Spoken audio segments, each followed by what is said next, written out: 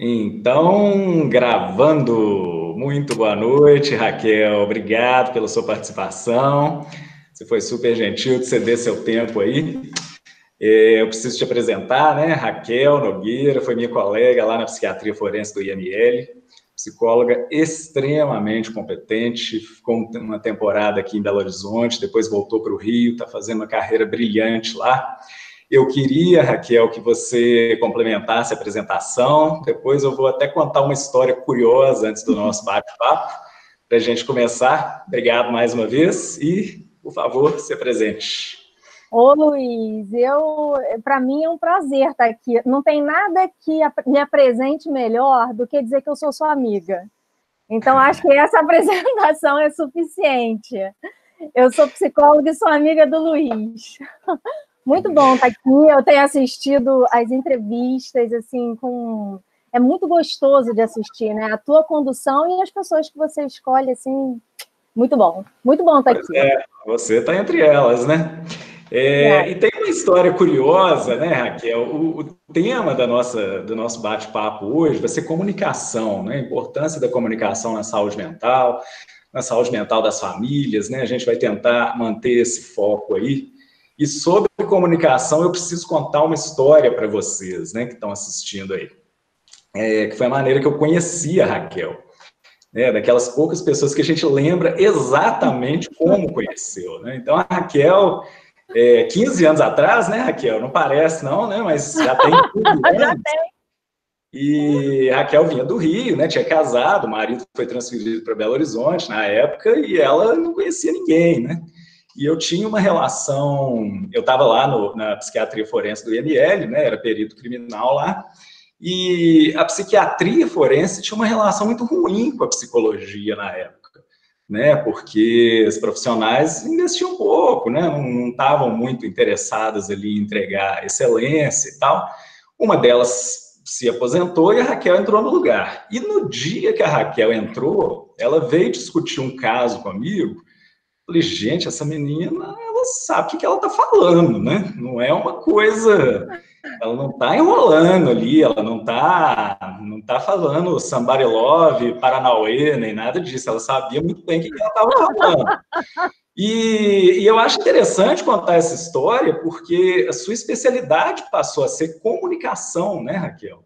E como que uma primeira impressão ficou do jeito que ficou, né? Você se comunica muito bem, você tem uma clareza de raciocínio rara da gente ver na psicologia, na saúde mental, de um modo geral, né? As pessoas, às vezes, viajam demais e tudo.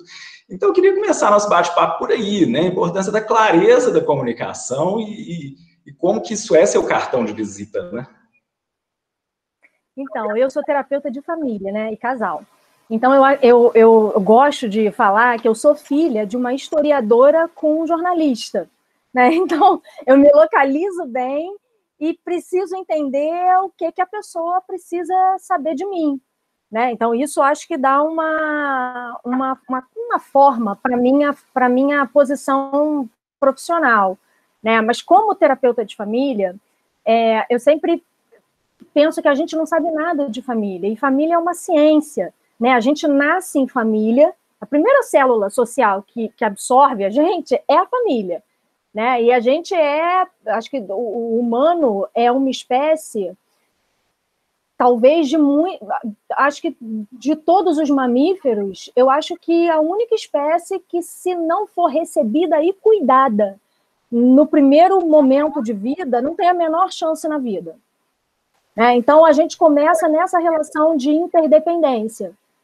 Nessa relação, a gente começa a entender que existem códigos, né? Nem sempre verbais, né? Às vezes, quando a gente trabalhava junto, às vezes a gente já tinha tanta amizade e já tinha desenvolvido um modus operandi ali, às vezes, da gente se olhar, a gente já entendia o que o outro pretendia, né? Essa troca, né? Essa troca é comunicação. Então, quando a gente fala comunicar, muita gente confunde comunicar com se expressar, né? A comunicação, ela é um acordo para o coletivo, e a expressão é um ato individual. Eu posso expressar a minha raiva aqui e não comunicar nada a partir dela, né? Então, primeiro que a gente tem uma educação emocional muito precária, muito precária. Então, quando a gente entra na possibilidade de se comunicar, falta material, falta ferramenta na caixa. O repertório emocional nosso é muito curto, é muito atrofiado. A gente tem mais palavra para adjetivar, para julgar, do que para dizer como eu estou me sentindo, por exemplo. Né? Interessante, né?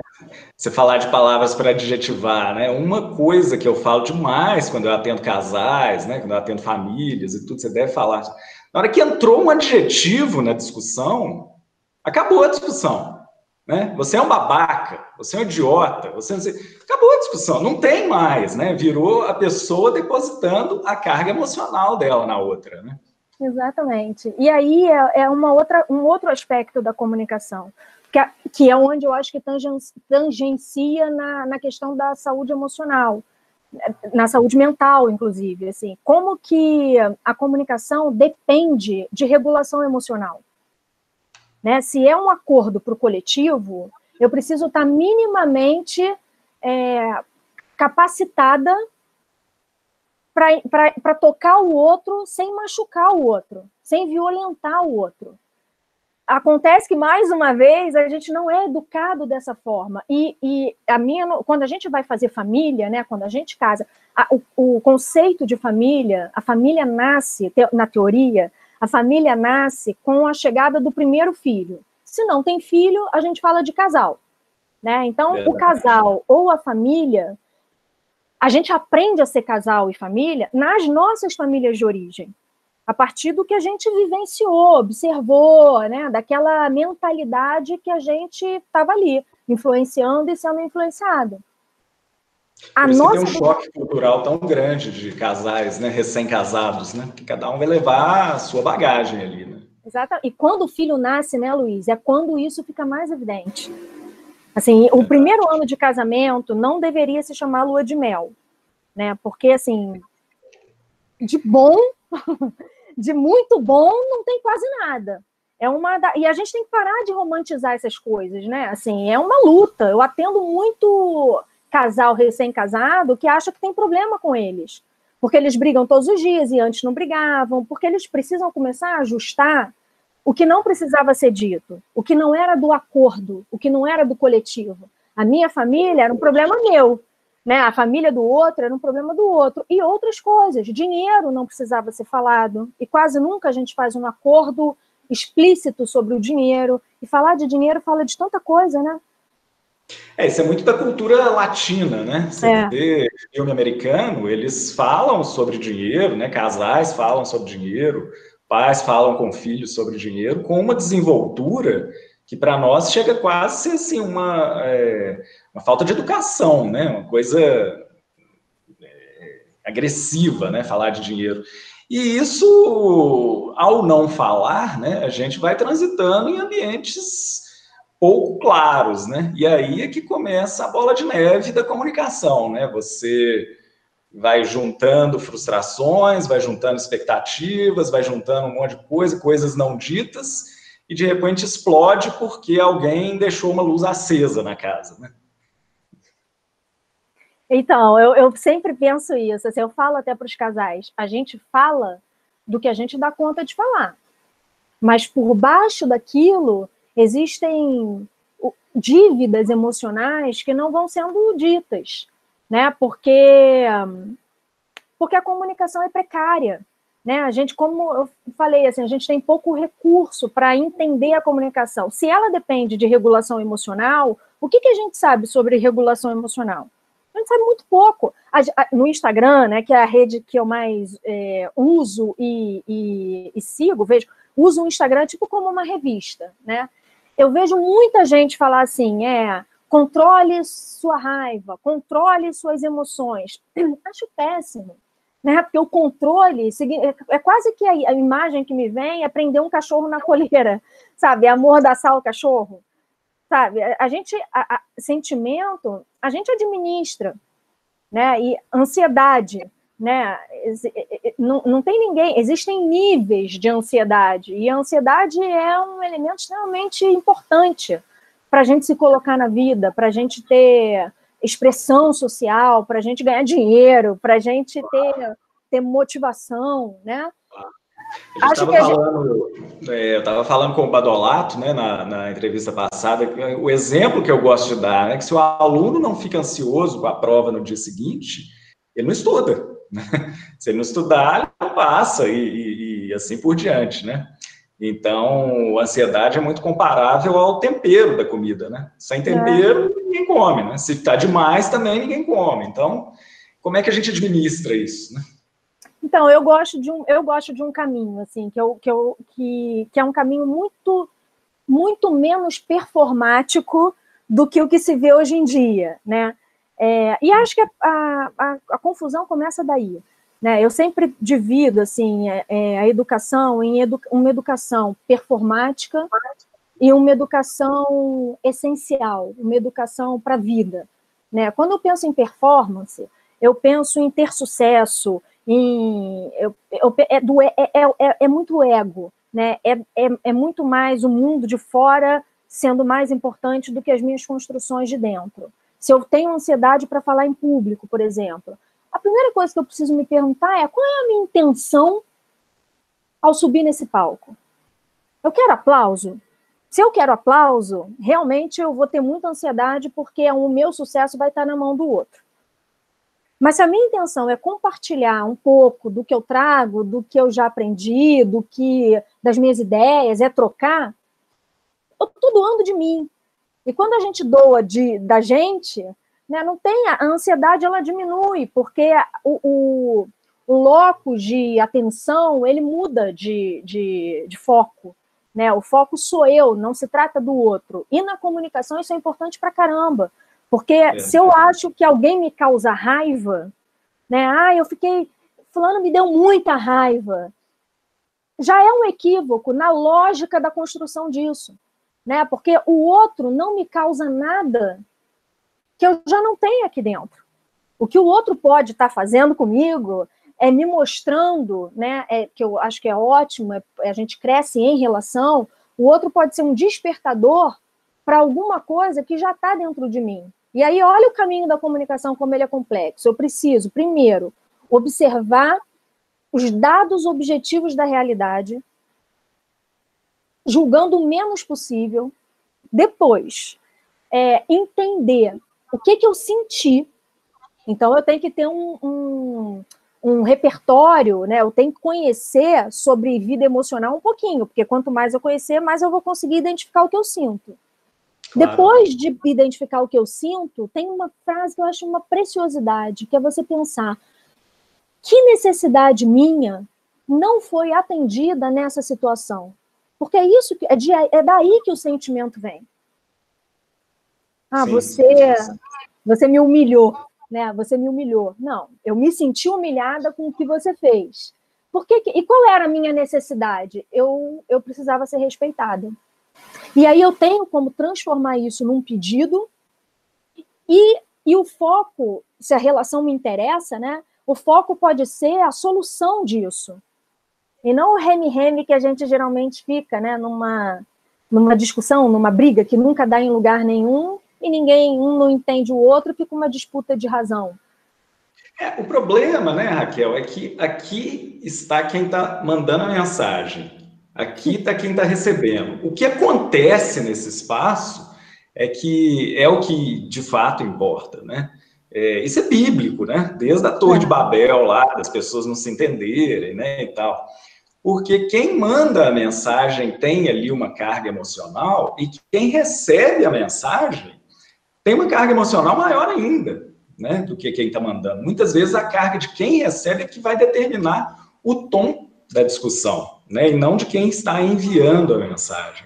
Quem entendeu isso muito bem, né, foram os ingleses, né? Tem uma frase em latim, no brasão das armas inglesa, que mal traduzindo assim, né, é aquela frase que todo mundo conhece: a maldade está muito mais em quem lê do que em quem escreve, né? Então a maldade está muito mais em quem está recebendo a mensagem do que em quem está enviando, né? Então é um problema, né? É um problema maior ainda numa sociedade que se comunica em uma escala que a gente nunca viu, né? Você vê o que a gente está fazendo aqui, né? Nós estamos comunicando, né? Né? De uma maneira que só era possível num programa do Jô Soares, né? Na Rede Globo, num Roda Viva, né? A gente consegue ligar 2 computadores hoje e fazer uma comunicação que não era possível. Então, a gente vive a era da comunicação e de uma comunicação muitas vezes muito equivocada, né? Que aí eu acho que é da expressão disso, né? Da expressão da comunicação. Esse excesso, assim, o excesso de informação sobrecarrega a nossa aparelhagem cerebral, né? A nossa circuitaria neuronal, inclusive. Claro. Né? Então, agora que a gente vive pandemia, com a amígdala ativada, né? Assim, ninguém se comunica bem. Se eu tô sentindo uma atmosfera de risco, de perigo, de tensão, seja por adoecer, seja a galera que perdeu o emprego, sejam todas as questões que permeiam a nossa existência, né? A gente tá e aí é isso que você falou, né? A gente fica preparado para receber qualquer coisa com altos níveis de cortisol, de adrenalina. A gente está pronto para atacar. Ou a gente está pronto para Deixa eu só fazer um esclarecimento aqui, né? Esse vídeo pode atingir um público maior do que o pessoal da saúde mental. Quando a Raquel se refere à amígdala, é a amígdala cerebral, né? Não a amígdala da garganta, né? Então, a amígdala é uma estruturazinha do tamanho da unha do seu mindinho que é responsável pelas sensações intensas, né? Paixão, medo, raiva, ódio, né? Isso tudo é a amígdala que faz a mediação. Então, quando a gente está numa situação de ameaça, né, uma situação de revés, como a gente viveu em 2020, a amígdala fica disparando dopamina lá o tempo inteiro. É isso. E aí não tem como a gente... E é o que você falou, assim, tem um termo que... Eu esqueci o nome, Luiz, mas é um termo que agora quem trabalha com adolescentes tem falado muito sobre isso, que é essa necessidade de estar em tudo. Sensação de pertencimento? Não, é mais do que isso, é uma necessidade ou um entendimento de que não pode perder nada, de que ele precisa estar por dentro de todas as informações, de tudo que existe. Então, o cara sai do Instagram, entra no Facebook, vai no Twitter, volta para o Instagram e fica num looping de que ele não pode perder nada, de que tudo... eu penso que esse movimento, por si só, que não tem um cara chamado Paul Gilbert, que ele fala desses sistemas emocionais e como isso impacta na comunicação. Quando a gente não treina, assim, tem um sistema na regulação emocional que ele não é automático. Né? Os 2 principais são esse que você falou da amígdala, né, que é de preservação, e um outro que é de busca de realizar. E todos esses estão lá, né, nos Homens da Caverna, né, para fugir, para atacar, e também para buscar recursos. Esses são automáticos. E eles são as nossas primeiras respostas numa comunicação. A gente ou busca prazer, ou a gente busca atacar ou fugir de algum problema, de alguma situação desagradável. E aí ele fala que quando a gente foi se desenvolvendo, né, com os primatas superiores e a formação do neocórtex, né, a gente desenvolveu uma outra estrutura. Só que a questão é que essa estrutura ela não é automática. Ela precisa ser reforçada. Que estrutura é essa? É que ele chama de o sistema verde, que é um sistema responsável, é ali que está, a neurociência hoje estuda muito isso, porque eles dizem que é a parte mais humana do humano, é onde a gente tem a sensação de pertencimento, de conexão, de afiliação, e as pesquisas da neurociência que ele apresenta falam que a nossa sensação de bem-estar, ela não depende se a gente está com problema ou não está com problema na vida, mas do quanto a gente consegue ficar nesse sistema verde. E aí a entrevista que você fez com a Cecília tem tudo a ver, né? Quando você falou dos meninos e deles estarem, deles desde cedo, eles estarem ali, porque a música é uma relação sua com você, é como você se comunica com você. Que você com sua subjetividade, né? Exato. Que inputs você dá para você? A comunicação começa num nível intrapessoal, né? Sou eu comigo mesmo. Depois eu abro para o restante, né? E aí, como que isso tem a ver, né? Como que a gente busca no mundo de hoje poucas pausas positivas para cuidar dessa nossa mentalidade que vai se relacionar com os demais, né? Fica descansar e perder tempo, respeitar os próprios limites. Nosso criativo, né? É coisa de loser. Cada vez mais uma galera de performance comportamental dizendo que você é o que, sabe, tudo. Você estude enquanto eles dormem, treine enquanto eles fazem isso. Caramba! E isso vende, né? E as pessoas compram. O que as pessoas querem com essas mensagens impactantes é simplesmente vender, né? Não existe uma intenção real de ajudar na comunicação, de ajudar no bem-estar, no alívio da ansiedade, né? E tudo, no prazer, né? Existe a intenção de vender, né? E eu acho que a internet hoje, né, essas plataformas de rede social, tem pouca regulação sobre isso, né? Então, quanto mais apelativo, mais vende, e a gente acaba caindo nisso aí. Mas eu acho que, assim, até o fato da gente estar se encontrando aqui agora, né, então, mostra um movimento contrário, né? As pessoas querem pensar, as pessoas querem aprofundar um pouco mais, né? Querem, enfim, sair dessa coisa tão rasa, né, de fórmula pronta que serve para todo mundo, né? Porque, que bom, né? Porque é isso que vai construir a gente, a forma como a gente vai se comunicar com o mundo em geral, né? Assim, pode falar. Não, eu ia entrar num tema que você coloca muito nas suas redes sociais, né? E eu queria até que você conceitualizasse isso aqui, que é o da comunicação não violenta, né? Isso que a gente está descrevendo aqui, de colocar carga emocional, de colocar frustração, daquela bola de neve emocional que de repente explode por causa de uma bobagem, tudo, isso a gente pode chamar de uma comunicação torta, né? Vamos dizer assim. Não necessariamente violenta, né? Mas a comunicação não violenta, eu queria que você desse o conceito e dizer se isso é treinável, né? Se isso é passível de ser aprendido, né? Então, é legal quando você fala isso, porque a violência, nesse conceito da comunicação não violenta, é tudo que não trabalha na manutenção da vida. E toda ruptura, ela não trabalha na manutenção da vida.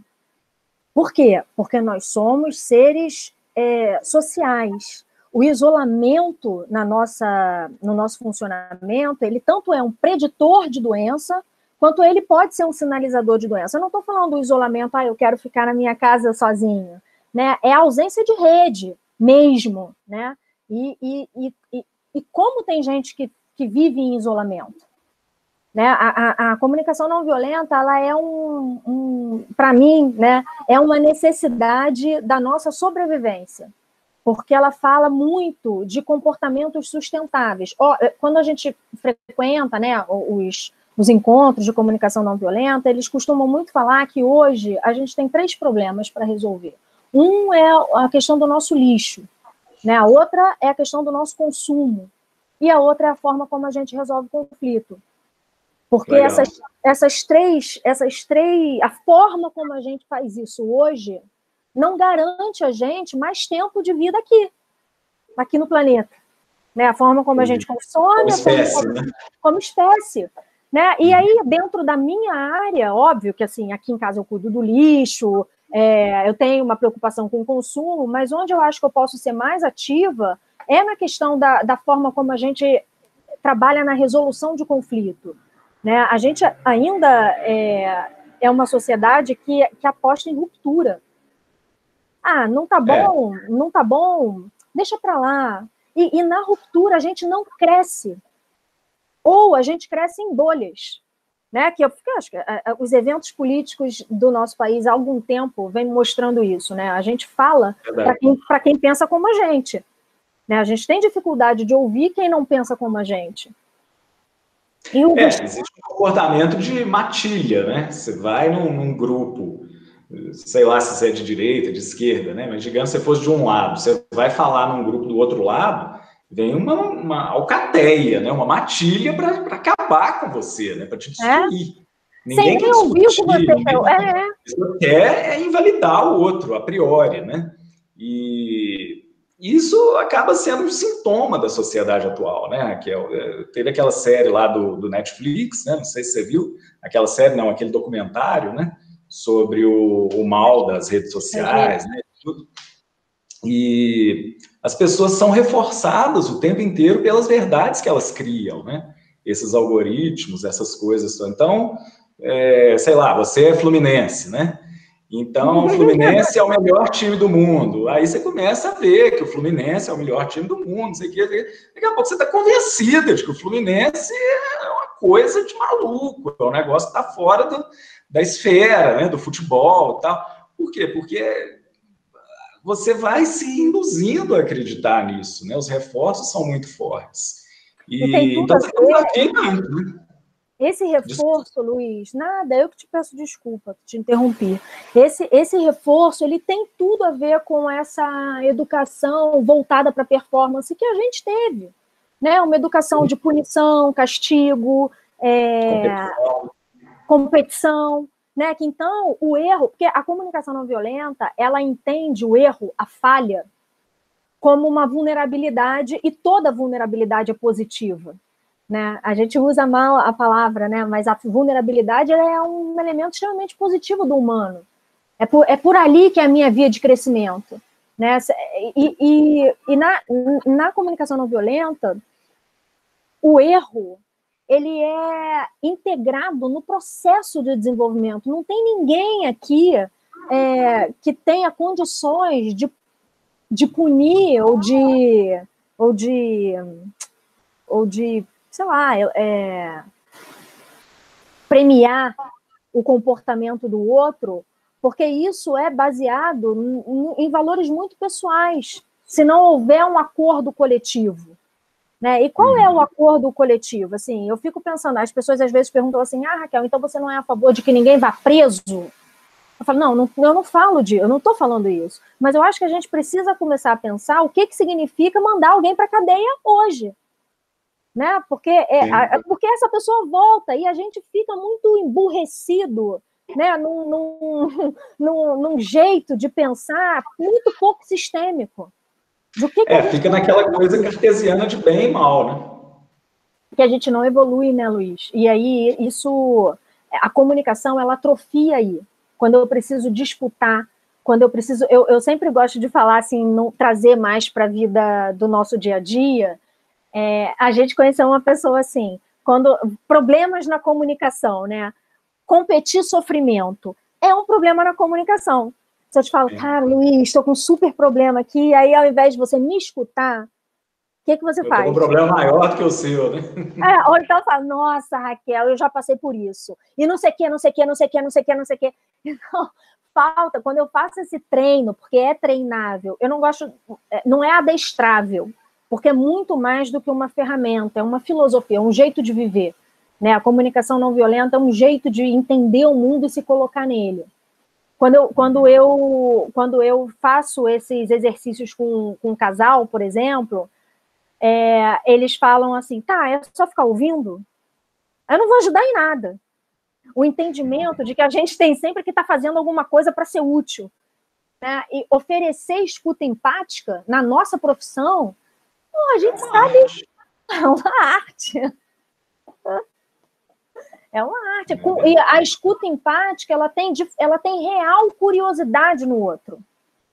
Não é? Eu acho que o segredo, né, da nossa maneira de conduzir o consultório, né, e tudo é acreditar genuinamente, né, isso não estou falando aqui frase de efeito nem nada, né, mas acreditar genuinamente que todas as pessoas, né, 100% das pessoas, têm alguma coisa interessante para te oferecer.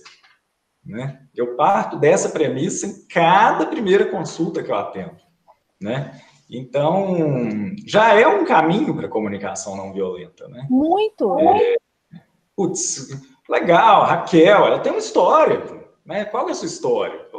Vamos dividir, vamos ver o que você tem para oferecer, né?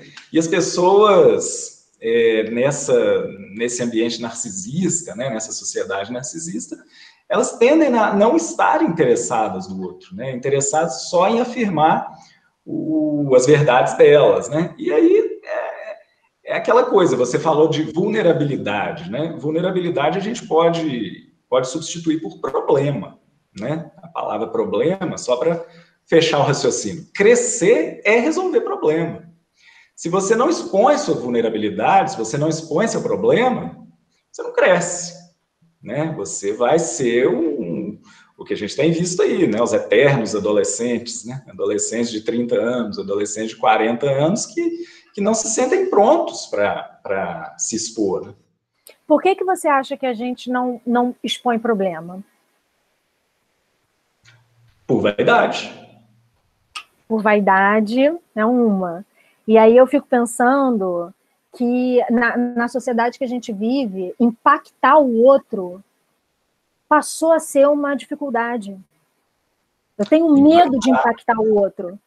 Né? De impactar, de falar, me ajuda, eu tô com um problema, me ajuda.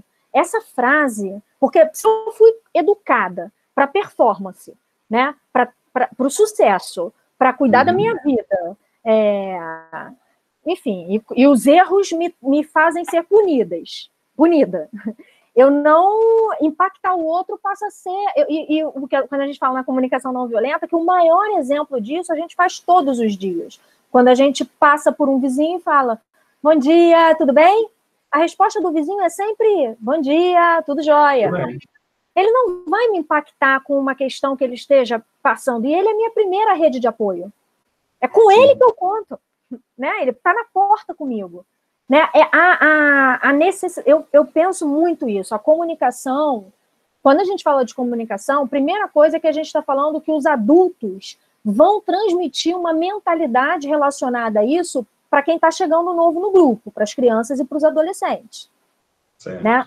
A forma como eu regulo a minha emoção e como eu busco as minhas referências e como eu recebo apoio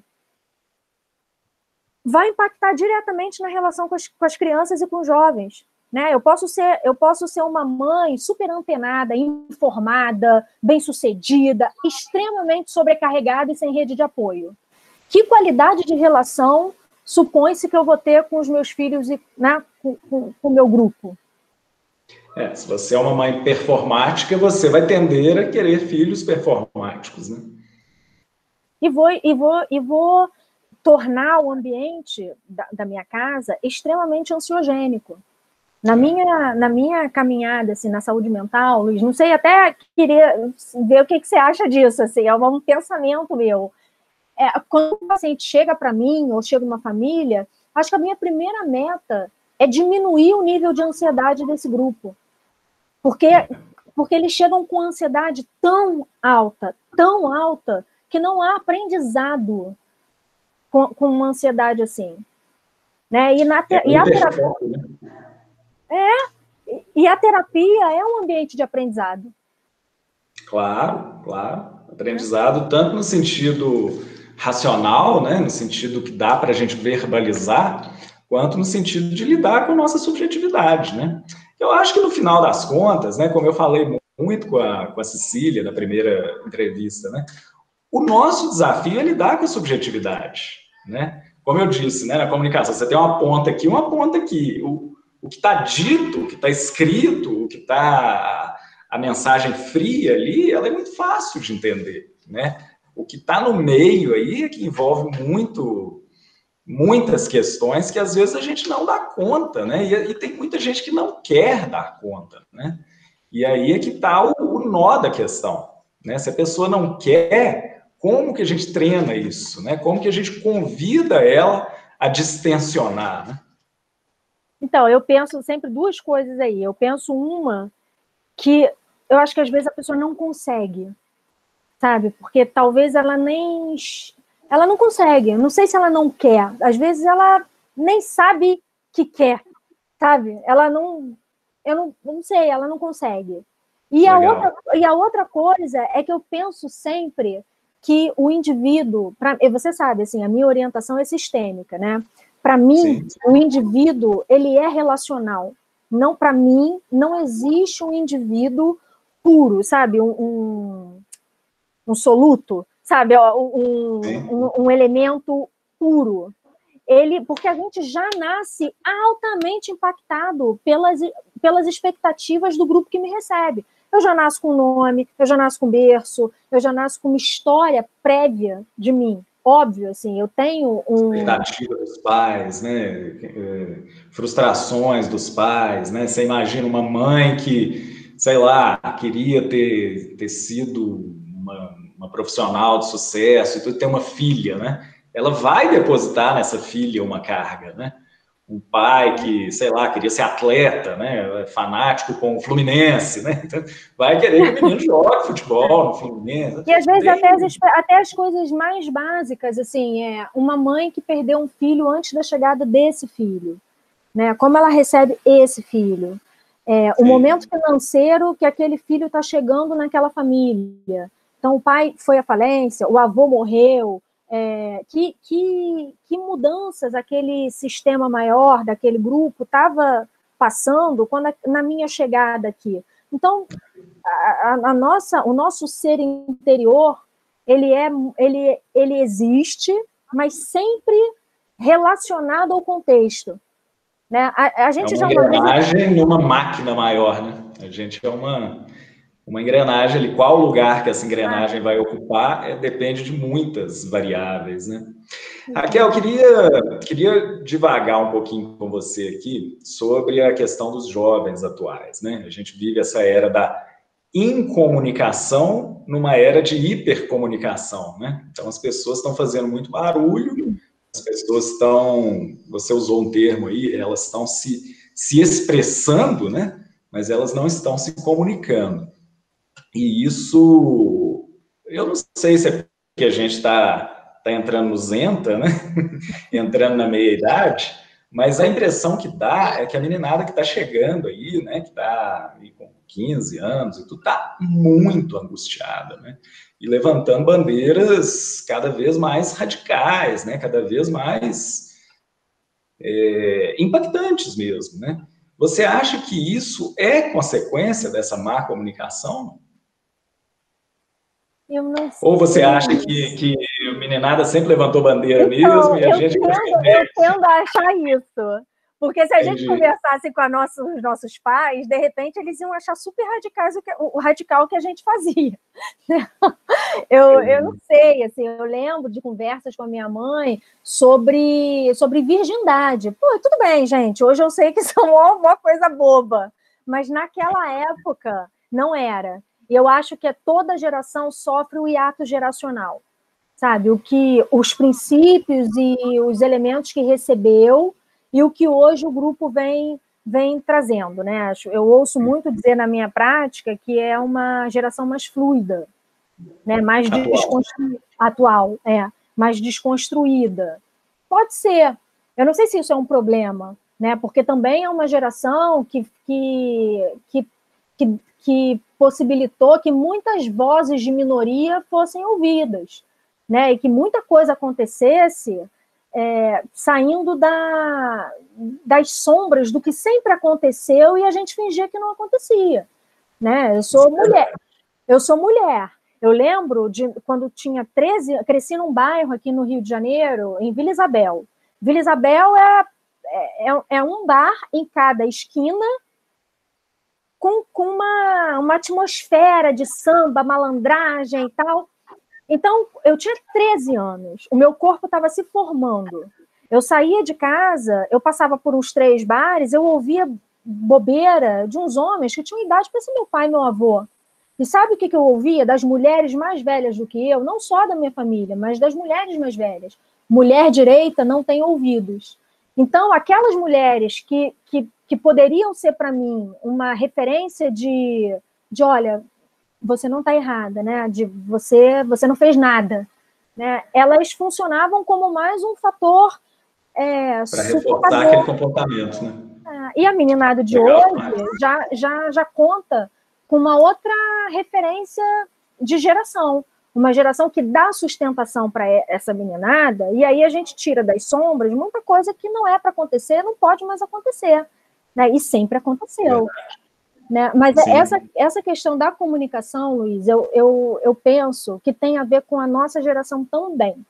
A gente tende a ser muito hostil com a juventude. Né? Algumas coisas assim, a infância de hoje não é a infância que a gente teve. Isso não é infância. Olha a música que essa galera ouve. Isso não é música, gente. É quase uma negação da realidade do outro.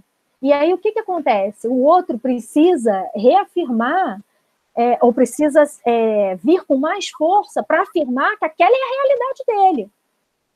Né? A gente dificulta. E a coisa hoje é muito amplificada, né? Porque está todo mundo falando, né? Todo mundo comunicando o tempo inteiro, né? Então a gente tem a impressão eu usei esse termo, né? De levantar bandeira, né? E tudo, mas é porque o sistema hoje é assim, né? As pessoas estão falando o tempo inteiro, né? E nessa nossa dinâmica de tudo ser filmado, de tudo ser postado, o erro ele tem cada vez menos espaço mesmo, né? Porque um deslize teu vira vergonha do dia seguinte. Né? E como é que a gente lida com isso? Assim? Quanto mais a gente vai produzindo isso, a gente vai dificultando a comunicação mesmo. A gente vai criando bolhas e cada vez mais criando bolhas, e a verdade do outro passa a ser uma ameaça para mim. Às vezes a gente vive situações assim, né? A verdade do outro passa a ser uma ameaça para minha existência, para minha realidade. E aí eu acredito que eu preciso entrar em guerra. Aí é que a comunicação entra falando disso, assim, como é que, se a gente não arrumar uma forma de melhorar a nossa comunicação, os danos vão ser muito, e vão ser microdanos, né? Talvez não tenha uma guerra, uma grande guerra. Daí que vem a palavra reacionário, né? Existe um movimento de evolução e vem uma reação, né? Para tentar conter aquilo de alguma forma, né? E tal, que a gente tem visto muito isso aí, né? Essa evolução assusta muitas vezes a alguns grupos, né? E assusta justamente porque que o terreno não é fértil, né, para a pessoa se abrir para outras verdades, né? A pessoa volta a dizer, né? A pessoa cria aquela verdade ali e fica ali, não quer crescer, né? O que é uma pena, né? Eu acho uma pena, assim, porque é na diversidade que a gente cresce, na diferença. Na diferença, né? No improvável, né? No imponderável é que vem a criatividade, né? O improviso, a coisa. Você vê a nossa sociedade, como é que ela foi formada, né? O brasileiro é tido como um das sociedades mais criativas que tem, justamente por causa da diversidade, né? E colocar isso, desqualificar isso é muito, muito complicado, né? Que é o que tem sido visto, né? Mas não ficar lamentando. Posso falar uma coisa rapidinho do que você falou, que me veio agora um pensamento, assim, porque quando a gente fala da comunicação não violenta, Luiz, a gente sempre...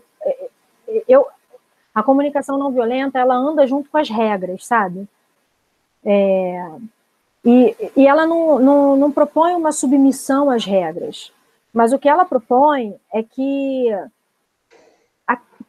se algo não funciona e existe uma regra que regula o funcionamento de todo mundo, né, que garante que, pelo menos em teoria, todo mundo tem direitos e deveres, a gente precisa chegar de uma forma respeitosa e firme a um outro acordo, estabelecer uma outra regra para que aquilo possa valer. Só que a regra tem que ser conhecida, né? Exatamente. Ela tem que ser bem estabelecida. A regra tem que ser clara. Isso é muito interessante na história das artes, né? Especialmente na história da música, né? Você deve ter, evidentemente, você conhece, né? Tem um compositor chamado Richard Strauss. O Richard Strauss é que compôs aquele Assim Falou Zaratustra, né? Aquela música tema do 2001, Odisseia no Espaço e tal. Só para você ter uma ideia, o Richard Strauss viveu, então, na primeira metade do século XX. Foi uma época de muita transformação, né, da sociedade industrializada, aquela coisa toda. e ele foi um dos que fez muitas rupturas na música clássica, rupturas importantes e tal. E aí vinham os alunos, né, os estudantes, os aspirantes a compositores de música erudita e tal, mostrar as obras para ele, e a primeira coisa que ele falava, olha, componha a maneira de Mozart, componha a maneira de Beethoven, conheça as regras primeiro, para depois você enfrentá-las, né, para depois você desestruturar. Então, primeiro você precisa construir, né, para depois você propor mudança, você propor qualquer coisa, né? Exatamente. Isso desde o núcleo familiar, né, até no condomínio do seu prédio, na sociedade que você vive, na Câmara de Vereadores, de deputados, enfim. Então, as pessoas muitas vezes não estão dispostas a conhecer regras básicas, né? E propõem mudanças que não se sustentam, né? Exato. E isso na família é perfeito. Assim, porque isso é o direcionamento de pai, deveria ser direcionamento de pai e mãe, né? Porque na família, quando a gente faz família, a gente faz um grupo, né? Um grupo com intenção. A família, ela tem uma intencionalidade, né? Ela vai para algum lugar. Ela não é um grupo, não é uma república, um grupo de pessoas ali que entram, que saem, né? Que cada um vive de um jeito. Então, é importante que as hierarquias sejam definidas, porque é a partir das hierarquias e das fronteiras que a comunicação vai fluir, ou não vai fluir, né? Ou ela não vai fluir. E quando fala quais são as regras, assim, geralmente as regras não são claras, né? Assim, talvez porque eu trabalhe com doenças de impulso, transtornos de impulso e compulsão, eu toda vez deixo claro aqui em casa que a regra aqui é clara, assim, não tem bebida alcoólica antes dos 18 anos. Eu estou com um filho de 13. Eu não sei se aí em Belo Horizonte está igual aqui, mas aqui no Rio, os meninos de 15 querem dar festa com bebida alcoólica. Sim. E os pais aceitam, porque acham que eles vão ser preteridos do grupo social deles, porque e aí, o que eu falo para os meus filhos? Se eu ofertar bebida alcoólica para você e para os seus amigos, eu posso ser presa. A regra, para mim, é clara. E um dos papéis dos pais é transferir esse conhecimento para os filhos, né? E falando, por que não pode? Primeiro, porque tá na regra do comum. Ah, mas isso não está na regra do comum, mas está na regra do que é confortável para mim, né? Se não está na lei, né? Porque não precisa ser também legalista, né? Mas nem moralista, acho que não é essa a questão, mas eu preciso saber com os meus filhos o que é confortável para mim e o que não é confortável para mim. Eu acho que, para resumir, né, para definir o que você está querendo dizer, assim, a gente precisa ter critério, né? Os filhos precisam saber qual é o critério, né? Os filhos, os parceiros, os sócios, os funcionários, os chefes, tem que saber qual é o critério. Então, o critério é, putz, eu vou trabalhar todo dia de camisa social, barbeado, visto calça jeans, vou de sapato social. Então, esse é o critério, né? Se um dia eu chegar de short, se um dia eu chegar de camiseta, chegar mal barbeado, mal penteado, tudo, a minha secretária, ela vai se sentir no direito de fazer a mesma coisa. E aí eu vou dar uma nela, né? Não pode vir assim, vamos, como é que não pode? Não pode. Não pode, né? Então, qual é o critério, né? As pessoas, muitas vezes, por causa de um conforto, né? Porque estão exaustos, porque estão preocupados com outras coisas, enfim, elas flexibilizam critérios, né? A questão do menino no videogame, né? Aqui em casa assim, é absolutamente rígido. Põe um alarme para tocar, na hora que o alarme tocou, acabou. Não tem mais 5 minutos, não tem mais só mais esse jogo, só mais não sei o quê. Agora, a tentação é muito grande. Mas eu estou ocupado, tô vendo alguma coisa no YouTube, estou entrevistando a Raquel, tô não sei o quê. Então, os meninos vêm falar, vêm perguntar, pode, né? Mas aí você vai deturpando a regra, né? E aí a comunicação dança, né? E que é o mais difícil na educação é manter a coerência e a consistência. Né? A coerência vai lá, a coerência vai lá, a gente consegue. Agora, a consistência é que é difícil. Né? E aí eu gosto muito, Luiz, de pensar assim, que os acordos, eles não têm nada a ver, os acordos são para o coletivo, né? E o coletivo não tem nada a ver com afinidade. Né? Eu não vivo nesse prédio aqui e tenho afinidade com todo mundo. Né? O acordo tem... O que é o coletivo, então? É a gente aceitar que a gente banca junto um risco. O risco de estar vivo, o risco de, sei lá, de morar nesse prédio, aqui no prédio que eu moro. Então, quando a gente banca risco junto, eu preciso, no mínimo, entender o que está envolvido nisso aí. Né?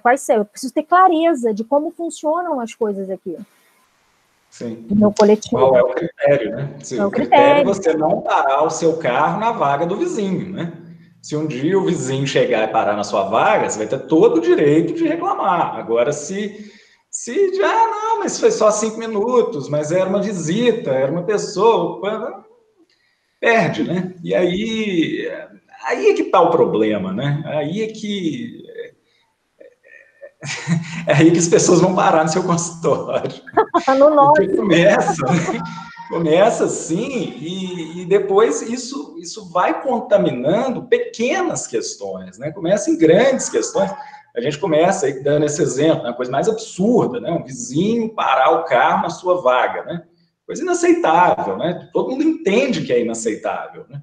Mas isso vai contagiando outras esferas, né? O vizinho bater campainha na sua casa sem se anunciar, né?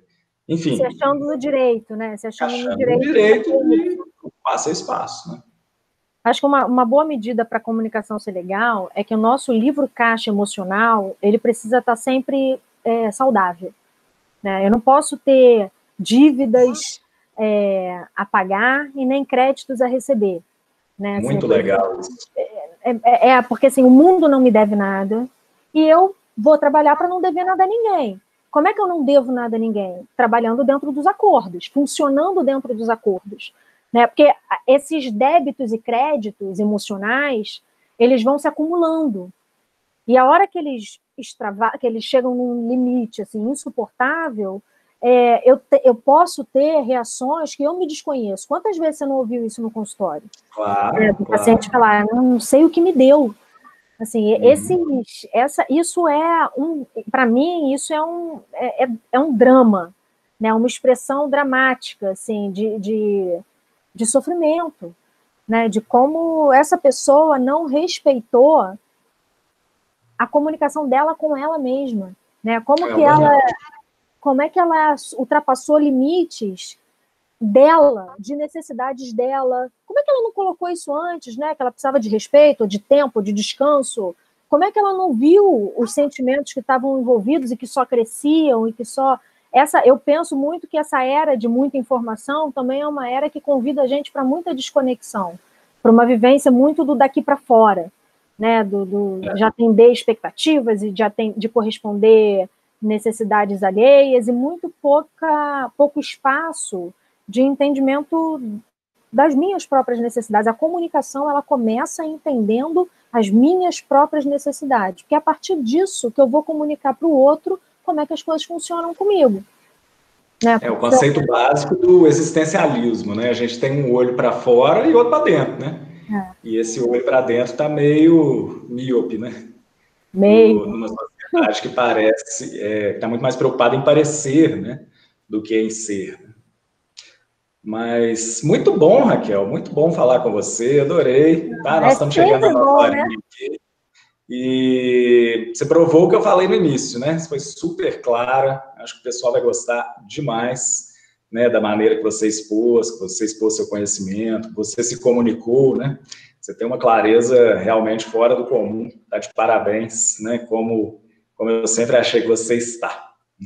Obrigada, é sempre muito gostoso conversar com você. Você estimula, né? Você é inspirador. E aí a gente vai falando do tempo, eu nem vi o tempo passar. Muito bom. Pois é, quase uma hora já. Queria que você deixasse uma mensagem final aí para quem estiver ouvindo a gente, né? Nesse tema de saúde mental e comunicação. Um recado principalmente para a meninada, né? Para o pessoal que está vindo aí. Eu sempre... Né, tanto a Cecília, quanto o Breno, quanto o Alexandre Badolato, eu convidei a deixar um recado para os jovens, né, que são quem vai suceder a gente aí e fazer melhor do que o que a gente fez até agora. Né? Eu adoro falar uma frase, que ela às vezes ela é de difícil compreensão, mas ela ajuda muito a gente a crescer na vida, né? Na caminhada da vida, no processo da vida, não ataque, não fuja, permaneça onde está. Legal demais. Essa frase vai longe, né? Isso aí cabe diversos desdobramentos, né? Raquel, onde que o pessoal te acha? É Raquel Nogueira, lá no Instagram? É Raquel C. Nogueira, arroba Raquel C. Nogueira, porque eu tenho um Constantino da minha família materna. Constantino aqui no nome. Eu tô até usando a conta da Júlia aqui, deve estar aparecendo Júlia Dias aí para você. Júlia Dias Santana Malta, manda um beijo para ela e para os meninos. Sim. Né, eu até fiz essa gravação daqui de casa, porque a última eu fiz lá do consultório, a conexão ficou constrangedoramente ruim, mas eu acho que agora ficou legal. Te agradeço mais uma vez, Raquel, e a gente continua offline por aqui. Tá bom, um beijo. Obrigada, Luiz. Valeu. Valeu.